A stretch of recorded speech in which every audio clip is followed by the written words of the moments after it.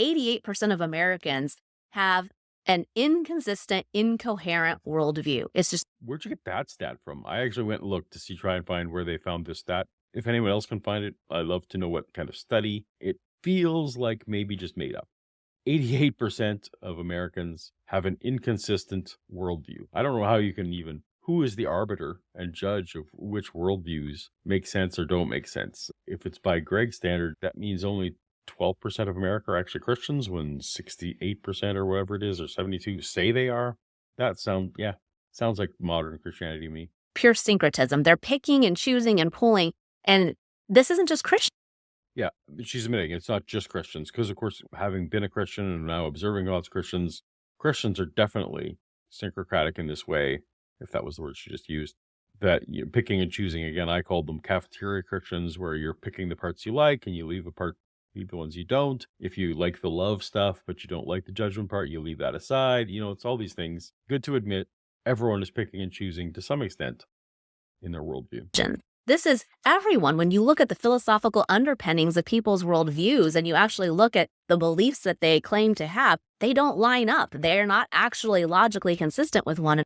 So I think we've been demonstrating today, and that's been a theme that a lot of times, and myself entirely included, we don't think through all the ramifications of everything we believe. Sometimes we accept things that are in contradiction of other things we believe, and that's mainly just because we haven't thought them through. So this should really be an ad for deep thinking and for introspection.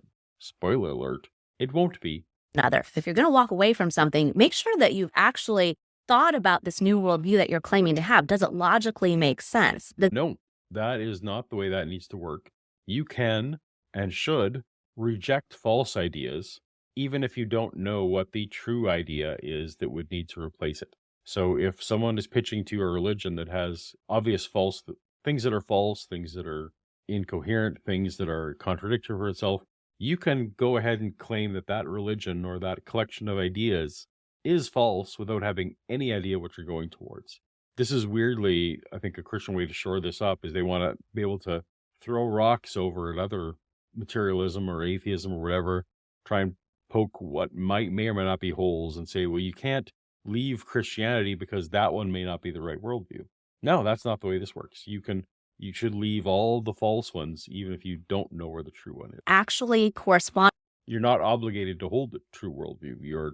But holding on to one that you know is false is hopefully self-evidently ridiculous. With reality, you also have to think about not just what you're walking away from, but what are you walking to? So many people don't think about that. They just know, I'm going to reject this, but they don't consider the actual worldview that they're going to hold next.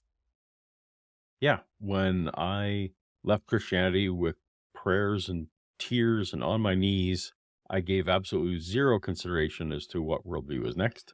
It took me years to figure out what worldview I might land at, and it's still evolving for me every single day. Every day I learn new things, and my worldview changes as I hone it to hopefully get more and more in line with reality.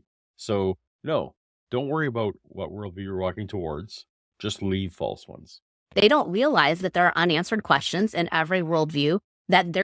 So I'm not saying anyone should leave Christianity for unanswered questions.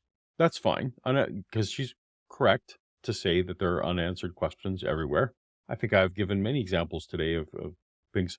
So the exact nature of consciousness, an unanswered question, at least not buttoned up.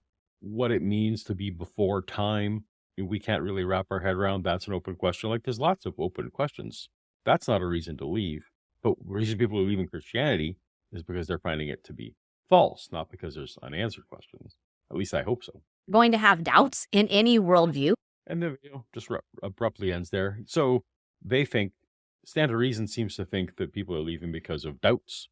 And again, yeah, you could have absolute correct knowledge of something, where knowledge is justified true belief, and still doubt it.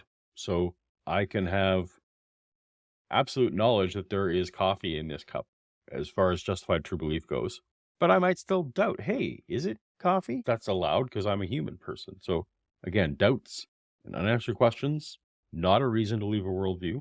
Thinking it's false is a reason to leave a worldview, and not knowing where the true worldview is not a reason to stay in a false one. I hope I've summarized that, okay? Let me know in the chat. Let me know in the comments. Did that make any sense?